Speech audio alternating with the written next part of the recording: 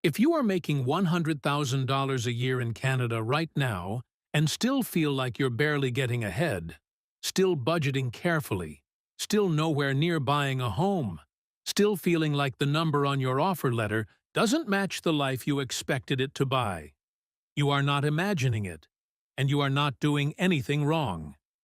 Here is a fact that explains a meaningful part of why this specific salary feels the way it does right now.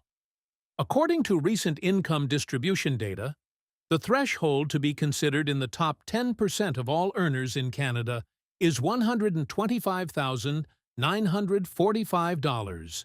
The ceiling of the upper middle class sits at $106,717.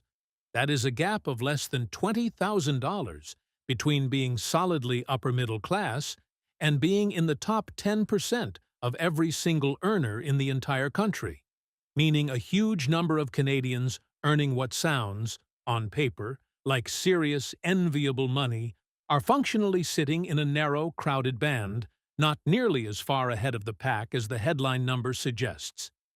This video walks through exactly why $100,000 buys less perceived comfort today than the same number implied a generation ago. The specific city-by-city data showing where this gap is most extreme, and what this actually means for how you should think about your own finances if this is the income range you're in. If you want to keep your money mindset sharp and learn how to make your capital work for you, consider subscribing to the channel and liking this video. It truly helps the channel grow and teach people about financial education. Now, let's get right into today's breakdown. Here is the vault from the opening. The first, most direct reason a $100,000 salary doesn't feel like $100,000 worth of lifestyle. A meaningful chunk of it never reaches your bank account at all, and how much depends heavily on where in Canada you happen to live. The actual after-tax numbers, by province. In Ontario, a $100,000 salary leaves you with approximately $74,022 per year after taxes, or $6,168 per month. In British Columbia, the figure is similar, at approximately $75,425 per year, or $6,285 per month. In Alberta, the province with the lowest provincial tax burden among the major population centres, the after-tax figure rises to approximately $74,303 per year, or $6,192 per month. Though even Alberta's flatter tax structure still removes roughly a quarter of the headline number. In Quebec, which combines higher provincial tax rates with lower housing costs, the after-tax figure drops to approximately $69,552 per year, or $5,796 per month, meaningfully lower than Ontario or BC in pure take-home terms, even before factoring in Quebec's offsetting lower cost of living. Why this matters more than it might seem at first glance. Across every one of these provinces, somewhere between a quarter and just over 30% of the headline $100,000 simply disappears before you ever see it. Meaning the number people actually compare their lifestyle against in casual conversation, the $100,000 itself, was never the number actually available to spend in the first place. The second layer, average cost of living for a single renter, is already substantial before any lifestyle choices come into play.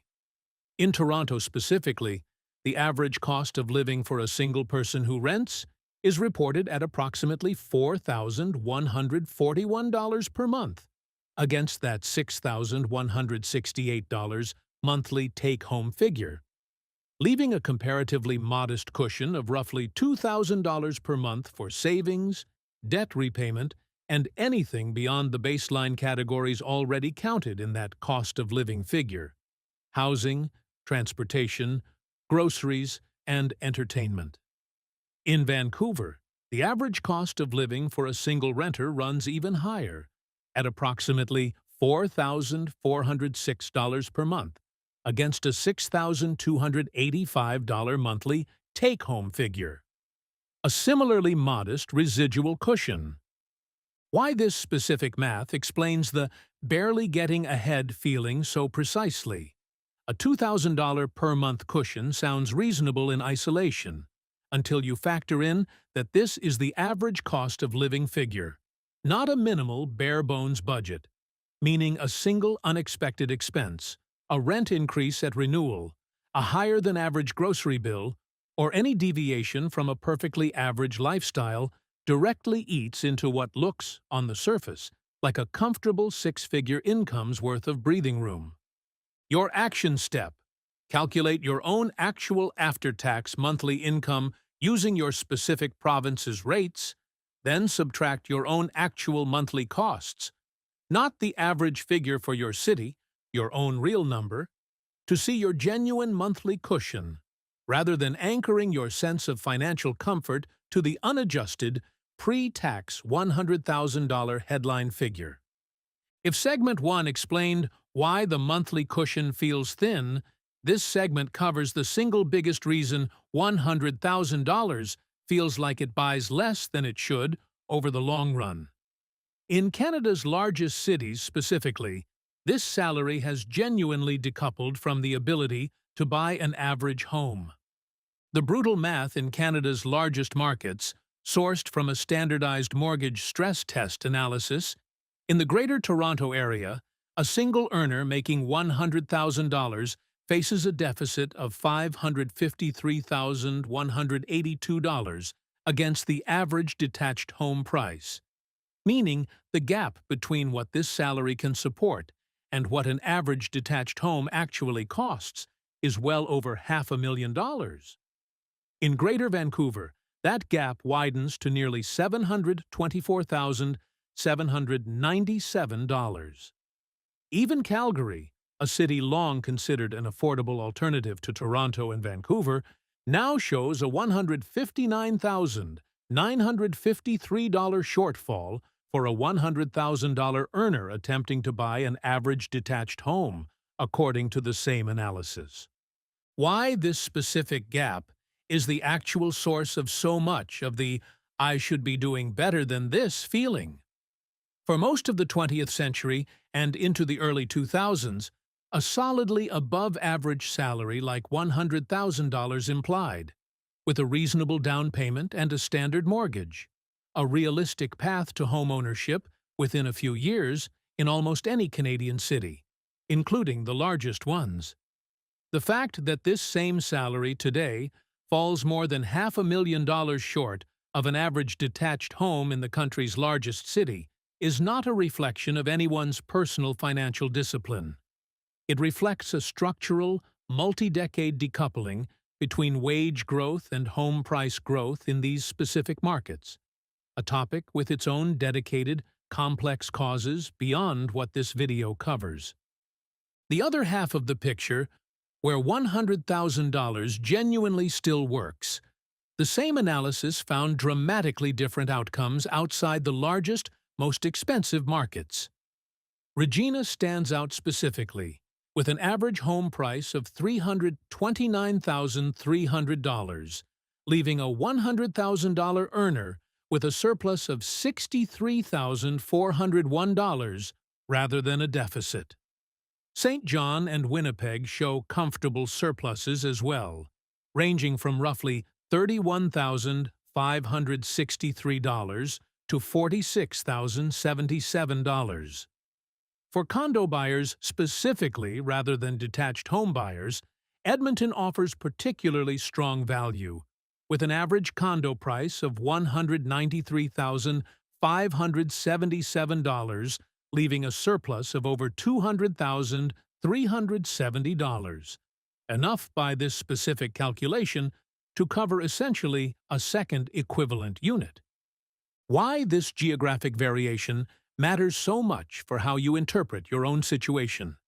If you are earning $100,000 and living in Toronto or Vancouver specifically, the housing-related financial stress you are feeling is not a personal failing relative to some universal Canadian standard. It is a function of choosing to live in two of the most extreme, internationally recognized housing affordability outliers in the country. A genuinely different financial reality from earning the identical salary in Regina, Winnipeg, St. John, or Edmonton. Your action step: if homeownership specifically, rather than simply day-to-day comfort, is a primary financial goal, explicitly run your own numbers, your actual income, your actual savings, and the actual average home price in your specific city against a mortgage affordability calculator, rather than assuming your experience should match a generic, national, is $100,000 good narrative that obscures just how differently this income performs from one Canadian city to another. The specific income percentile context worth understanding: at $70,000, a Canadian earns more than approximately 60% of all workers. At $100,000 specifically, a Canadian sits in the top 20% of all earners nationally. At $150,000, the top 10%.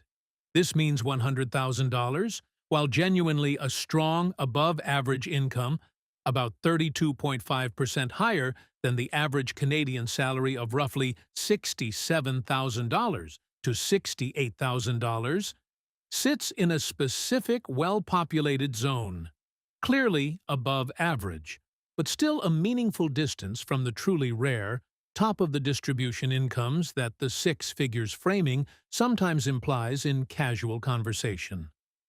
Why the average salary figure itself is a misleading comparison point: because a relatively small group of very high earners, surgeons, senior executives, top lawyers, pulls the average salary figure upward. The median salary, sitting at roughly $57,000, is the more representative benchmark for where a typical Canadian worker actually sits. This means $100,000 looks even more dramatically above average when compared against the median than against the average. And yet, paradoxically, this comparison still does not translate into the kind of lifestyle the percentile ranking alone might suggest, precisely because of the take-home pay and housing dynamics covered in segments 1 and 2. Why social comparison specifically amplifies this feeling. A meaningful share of the people a given $100,000 earner is most likely to compare themselves against socially: co-workers, friends from school, people visible on social media, frequently includes a disproportionate number of dual-income households, people who received family financial assistance toward a down payment, a documented common pattern in Canada's most expensive housing markets specifically, or people simply at a different, later point in a multi-decade career earnings curve. Comparing a single $100,000 income against a household's combined income, or against someone several years further into their career trajectory, or against someone who received substantial family help with a down payment, is not a like-for-like comparison, even though it frequently feels like one in everyday social context. Why understanding this distinction matters practically. Recognizing that $100,000 places you genuinely above the national average and within the top 20% of individual earners, while also recognizing the specific sourced reasons this income still produces real financial pressure in Canada's largest cities, allows for a more accurate, less self-critical read on your own situation. The feeling of barely getting ahead at this income level is a documented, widely shared experience with identifiable structural causes, not a signal that you are personally managing your money unusually poorly. Understanding why this feels hard is only useful if it leads somewhere practical. Here are the specific, actionable responses this data actually supports. Lever 1. Separate the housing goal from the general comfort goal and evaluate each on its own terms.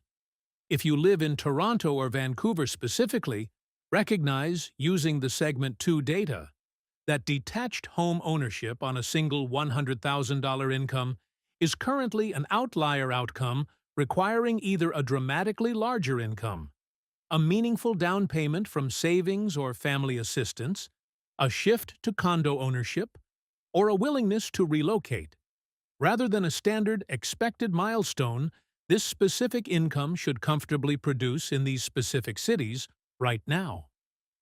Lever 2. Use the TFSA and FHSA specifically to maximize what your actual monthly cushion can accomplish.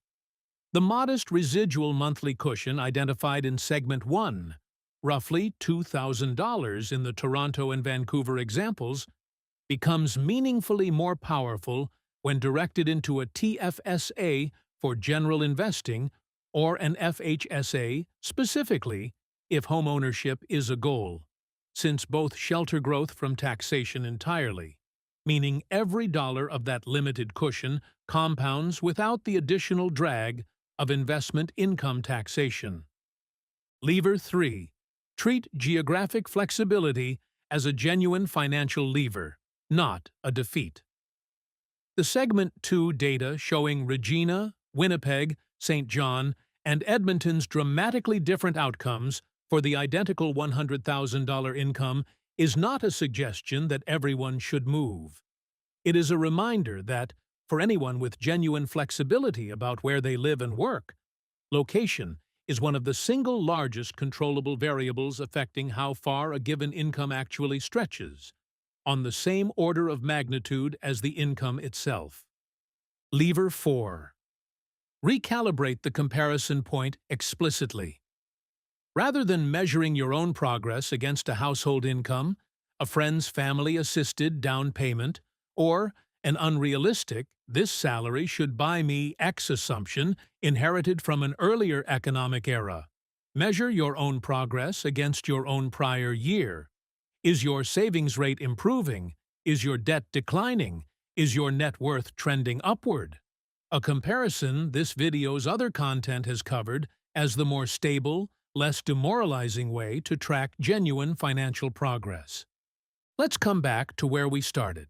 If $100,000 feels like it should buy more comfort than it actually does right now, that feeling has real, identifiable, sourced causes behind it. A meaningful share of that headline number disappears before it ever reaches your account, leaving a genuinely modest monthly cushion once even average costs are subtracted. In Canada's largest cities specifically, this income has structurally decoupled from the ability to buy an average home by hundreds of thousands of dollars in some markets, while the identical income in other Canadian cities produces a genuine surplus rather than a painful gap. And the income sits in a specific, crowded, well-populated zone of the national distribution, genuinely above average, but close enough to the threshold most people would consider truly elite, that the gap between feeling comfortable and feeling behind can be narrower than the headline number ever suggests. None of this means your situation cannot improve, and none of it is an excuse to stop paying attention to your own specific numbers. It means the difficulty you're feeling is a real, structural, widely shared Canadian experience at this specific income level right now, not a personal failure. And understanding exactly where that difficulty comes from is what allows you to respond to it deliberately. Through the account choices, the comparison points, and the geographic and lifestyle decisions that are actually within your control.